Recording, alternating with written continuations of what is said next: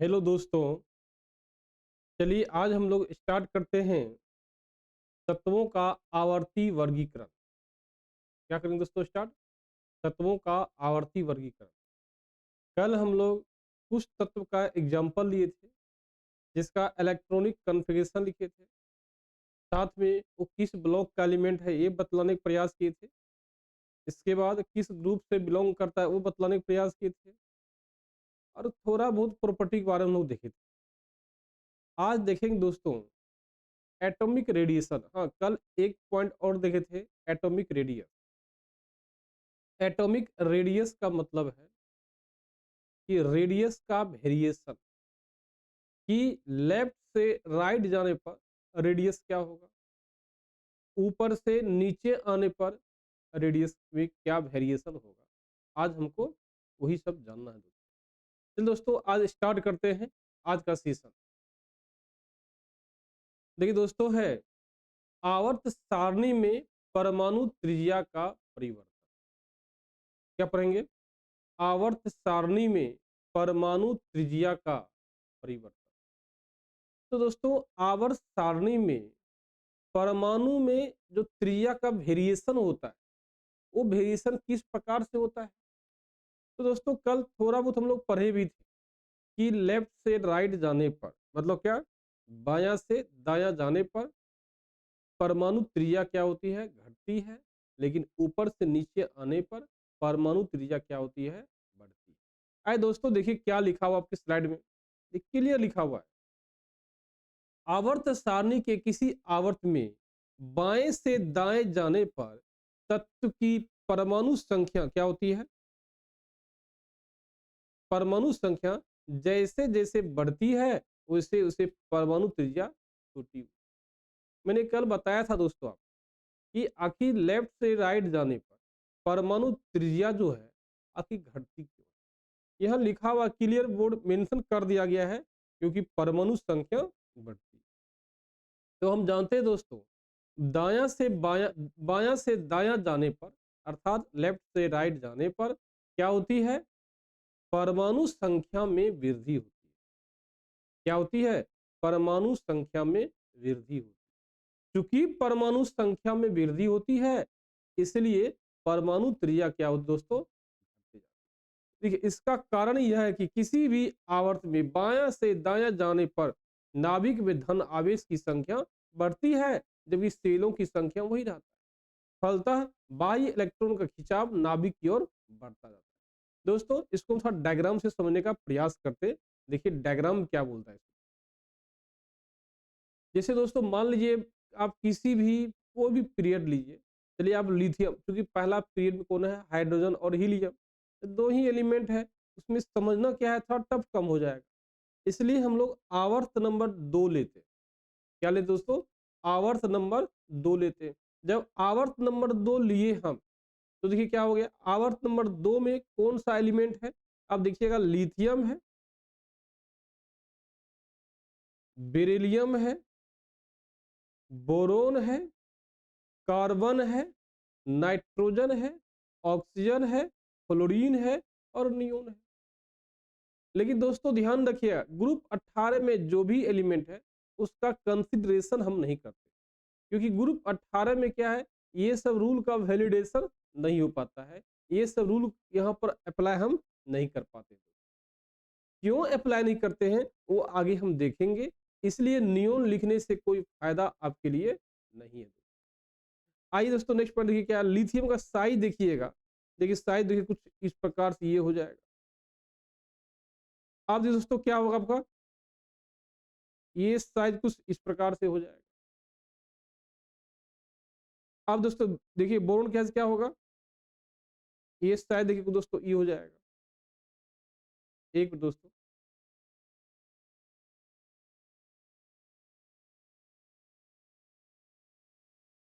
Hello. हाँ देखिए दोस्तों क्या है, अब देखिए बेरिलियम साइज क्या थोड़ा इससे छोटा होगा, बोरोन थोड़ा और छोटा होगा, कार्बन देखिए क्या है थोड़ा और छोटा होगा, नाइट्रोजन देखिए दोस्तों क्या और छोटा होगा, फ्लोरीन और छोटा होगा, ऑक्सीजन फ्लोरीन तो और सब छोटा होगा। नहीं दोस्तों ऐसा क्यों होता है, तो आप पढ़े भी होंगे लिथियम का एटॉमिक नंबर होता है 3, अर्थात इसमें इलेक्ट्रॉन है 3, प्रोटॉन है 3। बेरिलियम का बेरिलियम में इलेक्ट्रॉन होता है कितना, 4, प्रोटॉन होता है दोस्तों 4। बोरोन में इलेक्ट्रॉन होता है 5, प्रोटॉन होता है 5। कार्बन में इलेक्ट्रॉन 6, प्रोटॉन 6। और नाइट्रोजन में इलेक्ट्रॉन होता है 7 और प्रोटॉन होता है 7। ऑक्सीजन में इलेक्ट्रॉन होता है 8, प्रोटॉन होता है 8। और फ्लोरीन में इलेक्ट्रॉन होता है 9, प्रोटॉन होता है दोस्तों 9 होता है। ये कोई डाउट दोस्तों क्या? अब देखिए दोस्तों क्या होता है, ये सब में सेल की संख्या कांस्टेंट होता है। ये सब में जितना भी हम देख रहे हैं दोस्तों, ये सब में सेल जो होती है ना, सेल क्या होती है, कांस्टेंट होती है दोस्तों। सेल हमेशा कांस्टेंट। यदि दोस्तों सेल कांस्टेंट है, ध्यान रख सुनिएगा, यदि सेल की संख्या कांस्टेंट है और इलेक्ट्रॉन प्रोटॉन बढ़ेगा तो क्या होगा दोस्तों, ये होगा क्या, अट्रैक्शन बढ़ेगा। जितना इलेक्ट्रॉन उतना प्रोटॉन। यदि इलेक्ट्रॉन प्रोटॉन की संख्या बढ़ते जाएगा, और हम जानते भी हैं इलेक्ट्रॉन होता है माइनस, प्रोटॉन होता है दोस्तों प्लस। यदि इलेक्ट्रॉन प्रोटॉन दोनों अपोजिट चार्ज है, दोनों के बीच क्या, अट्रैक्शन। और जितना ज्यादा इलेक्ट्रॉन प्रोटॉन होगा, अट्रैक्शन उतना ही ज्यादा होगा। जब अट्रैक्शन ज्यादा होगा दोस्तों, तब क्या होगा, साइज धीरे धीरे क्या, सिकुड़ जाएगा। जो साइज इतना बड़ा था वो दोस्तों क्या हो जाएगा, कुछ छोटा हो जाएगा। यही कहानी है। साइज जो इतना बड़ा है वो दोस्तों क्या होगा, साइज छोटा हो जाएगा। क्यों छोटा हुआ, क्योंकि सेल क्या था, कांस्टेंट। इलेक्ट्रॉन प्रोटॉन बढ़ रहा था। इलेक्ट्रॉन प्रोटॉन बढ़ने का मतलब है प्लस माइनस बढ़ेगा। यदि प्लस माइनस बढ़ता है, निश्चित तौर पे अट्रैक्शन होगा, आकर्षण होगा। आकर्षण होगा, शायद दोस्तों क्या, कोई डाउट दोस्तों क्या? वही दोस्तों, इसी को यहाँ की भाषा में लिखा हुआ है क्लियर, कि आवर्त सारणी के किसी आवर्त में बायां से दायां बढ़ने पर तत्व की परमाणु संख्या जैसे जैसे बढ़ती है, वैसे वैसे परमाणु त्रिज्या घटती है। इसका कारण यह है कि किसी भी आवर्त में बायां से दायां बढ़ने पर नाभिक का धन आवेशों की संख्या बढ़ती है, जबकि सेलों की संख्या स्थिर रहती है, कांस्टेंट रहती है, वही रहती है। फलतः बाह्य इलेक्ट्रॉन का खिंचाव नाभिक की ओर बढ़ जाता है, जिससे परमाणु त्रिज्या दोस्तों क्या होती है, घट जाती है। दोस्तों था इस डायग्राम थोड़ा अच्छे से लिख लीजिए अपने कॉपी में, ज्यादा फायदा करेगा आपको।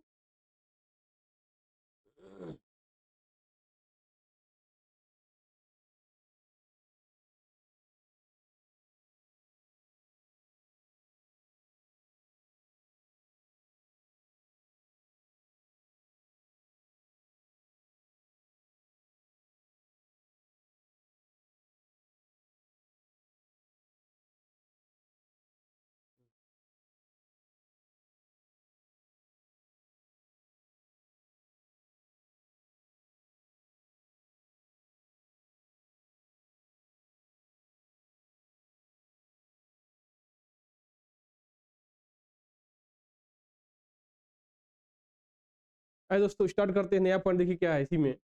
देखिए क्लियर दिया, किसी भी आवर्त में क्षार धातु के परमाणु का आकार सबसे बड़ा होता है। कहानी में क्या है, किसी भी आवर्त लीजिए, जैसे दोस्तों मैंने पढ़ा था, बताया था, मैंने देखा कीजिए क्या बताया था। ग्रुप वन में कौन एलिमेंट है, हाइड्रोजन है, लिथियम है, सोडियम है, पोटासियम है, रुबिडियम है, सीजियम है, फ्रेंसियम है। ये इसको क्षार धातु भी बोलते हैं दोस्तों। क्या बोलते हैं दोस्तों, क्षार धातु भी दोस्तों हम लोग कहते हैं। जब इसको क्षार धातु कहते हैं, और आवर्त सारणी जब भी स्टार्ट होती है, क्षार धातु से भी स्टार्ट होती है। और हमेशा दोस्तों ये ध्यान रखना है, क्या ध्यान रखना है, कि किसी भी आवर्त सारणी के किसी भी आवर्त, चाहे कोई भी आवर्त क्यों ना हो, आवर्त सारणी के किसी भी कोई आवर्त सारणी किसी भी आवर्त में पहला क्षार धातु से स्टार्ट होती है। और क्षार धातु का ही तत्व सबसे बड़ा होता है। जैसे लिथियम था, इसके बाद ये क्या था, बेरिलियम था, बोरोन था, कार्बन था, नाइट्रोजन था, ऑक्सीजन था, फ्लोरीन था। दोस्तों ये था। अब देखिए दोस्तों क्या करेंगे हम लोग, ये सब में पूछा जाए सबसे बड़ा कौन होगा, तो लिथियम का होगा। यदि सोडियम लेते, sodium, magnesium, aluminium, silicon, phosphorus, sulphur, chlorine, ये दोस्तों है। ये सब में पूछा जाए सबसे बड़ा दोस्तों कौन होगा, पोटासियम होगा। तो कहने में क्षार धातु जितना भी होता है, किसी भी आवर्त, किसी भी आवर्त सारणी के आवर्त में क्षार धातु हमेशा सबसे बड़ा होता है दोस्तों। वही देखिए दोस्तों लिखा हुआ क्लियर, वही देखिए दोस्त लिखा हुआ क्लियर, किसी भी आवर्त में क्षार धातु के परमाणु का आकार सबसे बड़ा और हाइड्रोजन परमाणु का आकार सबसे छोटा होता है। किसी वर्ग के ऊपर से नीचे आने पर, मैंने बोला था याद कीजिए, ऊपर से नीचे आने पर आकार में क्या होती है, बढ़ती जाती है। इसका कारण क्या है, कारण है इलेक्ट्रॉन की संख्या में वृद्धि होने के साथ साथ नए सेल की संख्या बढ़ती है, सेल की संख्या बढ़ती है, जिसका प्रभाव बढ़े हुए केंद्रीय आवेश के प्रभाव से अधिक होता है। तो दिक्कत दोस्तों क्या है, दोस्तों एक डायग्राम के माध्यम से समझते इसको है। आइए दोस्तों हम डायग्राम माध्यम समझते हैं। लिथियम था, सोडियम था, पोटासियम था, रुबिडियम था, सीजियम और फ्रेंसियम। दोस्तों इसका आकार देखिए कुछ इतना बड़ा होता है, इसका आकार दोस्तों कुछ इतना बड़ा होता है, पोटासियम थोड़ा और बड़ा होता है, रुबिडियम थोड़ा और बड़ा होता है, सीजियम दोस्तों क्या ये होता है, और फ्रेंसियम देखिए क्या दोस्तों, फ्रेंसियम देखिए दोस्तों क्या होता है, मैं लिख दे रहा हूं डायग्राम, कुछ इतना बड़ा।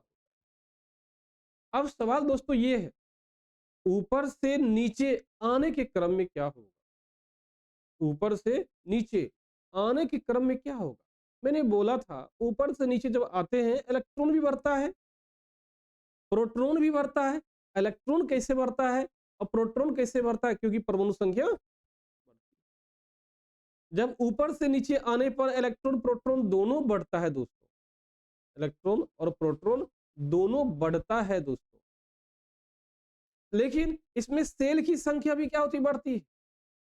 क्योंकि ऊपर से नीचे आने पर सेल की संख्या भी बढ़ती है, इलेक्ट्रॉन प्रोटॉन भी बढ़ती है, क्योंकि इलेक्ट्रॉन प्रोटॉन बढ़ने से खिंचाव होगा और सेल की संख्या बढ़ने से साइज बड़ा होता है। लेकिन सेल की संख्या क्या है, यहाँ पर मोर इफेक्टिव है, सेल की संख्या को हम कंसीडर करते हैं, इसीलिए हम बोलते हैं ऊपर से नीचे आने पर आकार क्या होती है दोस्तों, बढ़ती है। आइए देखिए दोस्तों क्या लिखा हुआ पॉइंट, देखिए क्या क्लियर लिखा हुआ है, किसी वर्ग में ऊपर से नीचे आने पर परमाणु का आकार बढ़ता है। इसका कारण यह है कि इलेक्ट्रॉन की संख्या परमाणु में वृद्धि होने के साथ साथ नए सेलों की संख्या भी बढ़ती है, नए सेलों की संख्या बढ़ती है, जिसका प्रभाव बड़े में केंद्रीय आवेश के प्रभाव से अधिक होती है। जैसे से मोन का मान बढ़ता है वैसे से परमाणु का आकार भी बढ़ती है। जैसे सोडियम है, पोटासियम है, ये दोनों पूछा जाए बड़ा कौन है, तो निश्चित बोलेंगे दोस्तों पोटासियम सबसे बड़ा है दोस्तों। आइए दोस्तों नेक्स्ट पॉइंट देखते हैं, आयनिक त्रिज्या। क्या देखेंगे दोस्तों, आयनिक त्रिज्या हम लोग देखते हैं दोस्तों। आयनिक त्रिज्या दोस्तों क्या होता है, सिंपल सी बात, किसी भी आयन की त्रिज्या उसके नाभिक से वह दूरी होती है जहां तक उस नाभिक का प्रभाव इलेक्ट्रॉन मेघ पर पड़ता है। किसी आयन की त्रिज्या उसके नाभिक से वह दूरी होता है, क्या समझिए, आयनिक त्रिज्या कहते किसको है? किसी आयन की त्रिज्या उसके नाभिक से वह दूरी होता है जहां तक उस नाभिक का प्रभाव इलेक्ट्रॉन मेघ पर पड़ता है। इलेक्ट्रॉन मेघ का दोस्तों क्या है, इलेक्ट्रॉन का क्लाउड, जहां पे इलेक्ट्रॉन की संख्या दोस्तों क्या है, ज्यादा है, उसको बोलते हैं इलेक्ट्रॉन मैग बोलते हैं। और किसी आयनिक यौगिक में अंतरनाभिक दूरी एक्स किरण विश्लेषण द्वारा प्राप्त की जाती है। दोस्तों ये क्वेश्चन कई बार पूछा गया, जान लीजिए पॉलिटेक्निक एग्जाम में कई बार पूछा गया, या पैरामेडिकल एग्जाम दीजिएगा उसमें पूछा गया कई बार, कि यदि आप आयनिक यौगिक में अंतर्नाभिक दूरी निकालना चाहते हैं तो किसका हम विश्लेषण करते हैं, एक्स किरण का विश्लेषण करते हैं। यह दूरी संबंधित दोनों आयनों की त्रिज्या के योगफल के बराबर होती है। ये क्या, यदि दूरी के अनुसार देखिएगा दोनों यौगिक में यदि यौगिक है, दो परमाणु है, दोनों परमाणु का रेडियस को ऐड कर दीजिए दोस्तों, वही परमाणु यौगिक का त्रिज्या कहला जाएगा। यदि इसमें एक आयन की त्रिज्या ज्ञात हो और दूसरे आयन की त्रिज्या गणना करके निकाली जा सकती है, मतलब यदि एक त्रिज्या आपको पता है, दूसरा को आसानी से आप गणना कर सकते हैं, उसका वैल्यू को पुट कर। अब उदाहरण देखिए, जो सोडियम और क्लोरीन, सोडियम प्लस क्लोरीन आयनों के नाभिक के बीच की दूरी कितना है? सोडियम और क्लोरीन आयनों के नाभिक के बीच की दूरी है एक्स किरण विश्लेषण में ज्ञात की जाती है। मतलब Na प्लस क्लोरीन माइनस, आप जानते हैं दोस्तों Na प्लस क्लोरीन माइनस के बीच का क्या दूरी होता है। यदि ये दोनों के बीच की दूरी को आप ज्ञात करना चाहते हैं तो एक्स किरण विश्लेषण से ही हम प्राप्त कर सकते हैं दोस्तों। यह दूरी इन दोनों आयनों की त्रिज्याओं का योगफल होता है। मतलब सोडियम का अलग त्रिज्या होगा और क्लोरीन का अलग त्रिज्या होगा, और दोनों को ऐड कर दीजिएगा तो क्या मिल जाएगा आपको? आयनिक की त्रिज्या आसानी से बतला सकते हैं। आइए दोस्तों, क्या है ready of cation and anion, अर्थात दोस्तों क्या, अर्थात दोस्तों धनायन और ऋणायन की आयनिक त्रिज्या, धनायन तथा ऋणायन की आयनिक त्रिज्या। आइए दोस्तों देखते हैं, किसी परमाणु में से एक या अधिक इलेक्ट्रॉन निकाल लेने पर क्या बनता है? धनायन बनता है। दोस्तों मैंने पहले बोला था, यदि धनायन बनाना है, जैसे मान लीजिए सोडियम है, सोडियम है, धनायन बनाना है तो दोस्तों क्या करना है? एक इलेक्ट्रॉन को निकाल दीजिए, तो क्या दोस्तों बन जाएगा? Na प्लस बन जाएगा। क्या बन दोस्तों बन जाएगा? Na प्लस बन जाएगा। जैसे इसमें इलेक्ट्रॉन है 2 8 1, हम जानते हैं सोडियम का एटॉमिक नंबर कितना होता है? 11 होता है। एक इलेक्ट्रॉन को निकाल देंगे तो दोस्तों ये हो जाएगा 2 8 हो जाएगा। क्या हो जाएगा दोस्तों? 2 8 हो जाएगा। यदि 2 और 8 हुआ तो ये धनायन बना। जैसे एग्जांपल दोस्तों लीजिए मैग्नीशियम, यदि दोस्तों एक इलेक्ट्रॉन निकालेंगे, ये दोस्तों बन जाएगा Mg प्लस। यदि दो इलेक्ट्रॉन निकालते हैं दोस्तों, यदि दोस्तों मान लीजिए हम दो इलेक्ट्रॉन निकालते हैं, क्या निकालते हैं दोस्तों? दो इलेक्ट्रॉन निकालते हैं तो दोस्तों ये हो जाएगा Mg प्लस। तो दोस्तों ये भी धनायन है, ये भी धनायन है, दोनों धनायन है। अब सवाल है इलेक्ट्रॉन निकालते क्यों है? क्योंकि मैंने बोला था आपको, इलेक्ट्रॉन इसलिए निकालते हैं ताकि इनर्ट गैस इलेक्ट्रॉनिक कन्फिगरेशन को प्राप्त कर, इनर्ट गैस इलेक्ट्रॉनिक कन्फिगरेशन को प्राप्त कर सके, इसलिए हम इलेक्ट्रॉन को बाहर निकालते हैं दोस्तों। अब देखिए दोस्तों क्या इसमें है, नेक्स्ट पॉइंट देखिए क्या है।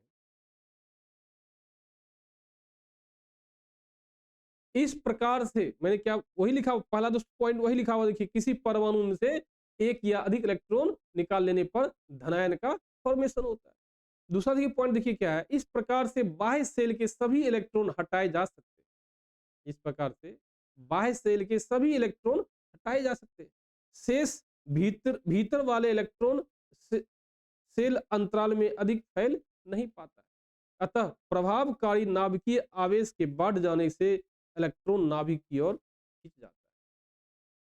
इलेक्ट्रॉन निकल गया, इलेक्ट्रॉन निकला, जैसे एग्जांपल दोस्तों लीजिए सोडियम लीजिए, इलेक्ट्रॉन निकला Na प्लस हुआ, इसमें इलेक्ट्रॉन दोस्तों कितना है आपका? 11 है। प्रोटॉन दोस्तों कितना है? 11 है।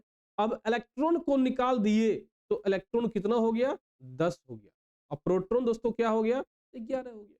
क्या सोचिए, यहाँ 10 प्रोटॉन और 10 इलेक्ट्रॉन के बीच अट्रैक्शन है, यहाँ सॉरी यहाँ 11 प्रोटॉन और 11 इलेक्ट्रॉन के बीच अट्रैक्शन है, लेकिन यहाँ पे 11 प्रोटॉन 10 इलेक्ट्रॉन के बीच अट्रैक्शन है। अट्रैक्शन किस में ज्यादा होगा? निश्चित तौर पे अट्रैक्शन इसमें ज्यादा। क्यों?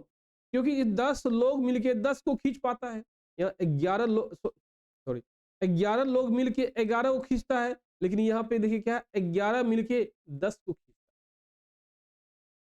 सिंपल सी बात है, 11 लोग को यदि 11 खींचेगा, खींचाएगा लेकिन थोड़ा धीरे धीरे खींचाएगा, लेकिन 11 लोग मिलके 10 को खींचेगा, निश्चित रूप से क्या जल्दी खींचाया जाएगा। जल्दी खींचाया, आकार क्या है? घट जाएगा दोस्तों। वही यहाँ लिखा हुआ है, इस प्रकार से बाह्य सेल के सभी इलेक्ट्रॉन हटाए जा सकते हैं। शेष भीतर वाले इलेक्ट्रॉन सेल अंतराल में अधिक फैली नहीं रहती है, फलतः प्रभावकारी नाभिकीय आवेश के बढ़ जाने से इलेक्ट्रॉन नाभिक की ओर खींचा जा सकता है दोस्तों। आइए दोस्तों देखिए नेक्स्ट पॉइंट देखिए क्या है। इस कारण धनायन का आकार अपने संगत परमाणु के आकार से छोटा होता है और परमाणु से जितने अधिक इलेक्ट्रॉन निकाल जाते हैं उसका आकार उतना ही छोटा होता है। कहानी में जितना ज्यादा आप इलेक्ट्रॉन निकालेंगे उसका आकार उतना छोटा होगा। जस्ट लाइक आप एक एग्जांपल देखिए, जैसे दोस्तों मान लीजिए सोडियम है, आप एल्युमिनियम एग्जांपल लीजिए। एल्युमिनियम है, एल्युमिनियम में इलेक्ट्रॉन 13 प्रोटॉन दोस्तों क्या है 13 है। एक इलेक्ट्रॉन को निकाल दीजिए, ये हो जाएगा Al+ विदाउट क्या। अब देखिए एल्युमिनियम है, दो इलेक्ट्रॉन निकाल दीजिए Al+2। एल्युमिनियम है, इसमें 3 इलेक्ट्रॉन को निकाल दीजिए Al+3 होता है। यहाँ इलेक्ट्रॉन 10 है, प्रोटॉन 13 है। यहाँ इलेक्ट्रॉन 12 है और प्रोटॉन दोस्तों 13 है। ये दोनों 13-13 है। जब सोचिए मैंने क्या बोला था, जब ज्यादा प्रोटॉन हो इलेक्ट्रॉन कम हो तो कहलाता है क्या, धन आयन। और ज्यादा प्रोटॉन होगा ज्यादा तेजी से खींचेगा, जब ज्यादा तेजी से खींचेगा आकार क्या है।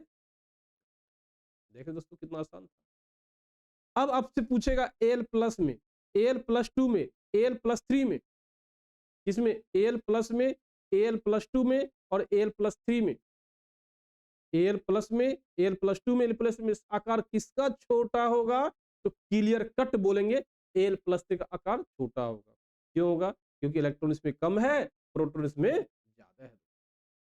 तो दिक्कत दोस्तों क्या, जैसे दूसरा एक एग्जांपल देखते हैं दोस्तों, क्या इसका आकार मैं लिख दे रहा हूं बोर्ड पर, आकार इसका क्या छोटा है, सबसे छोटा है। इसका आकार सब ये तीनों में बड़ा है, ये तीनों में ये। यदि मान लीजिए इसको भी देखेंगे, ये सब देखेंगे हम लोग एक साथ, तो निश्चित रूप से इसका आकार दोस्तों क्या होगा, सबसे बड़ा होगा, क्योंकि इसमें ना इलेक्ट्रॉन और प्रोटॉन की संख्या एक समान है दोस्तों। जस्ट लाइक आप एक एग्जांपल और देखिए मैग्नीशियम का, Mg, Mg+ और Mg+2। और आपसे क्वेश्चन पूछ दिया जाए Mg, Mg+ और Mg+2 में किसका आकार सबसे बड़ा होगा, निश्चित तौर पे इसका आकार जो होगा सबसे बड़ा होगा, इसका आकार जो है सबसे छोटा होगा। क्यों, क्योंकि दोस्तों यहाँ पे इलेक्ट्रॉन है 12, प्रोटॉन है 12, यहाँ इलेक्ट्रॉन है 11, प्रोटॉन है 12, यहाँ इलेक्ट्रॉन है 10, प्रोटॉन दोस्तों कितना है 12। देख रहे हैं कितना भी क्वेश्चन आसान था। आए दोस्तों नेक्स्ट पर देखते हैं,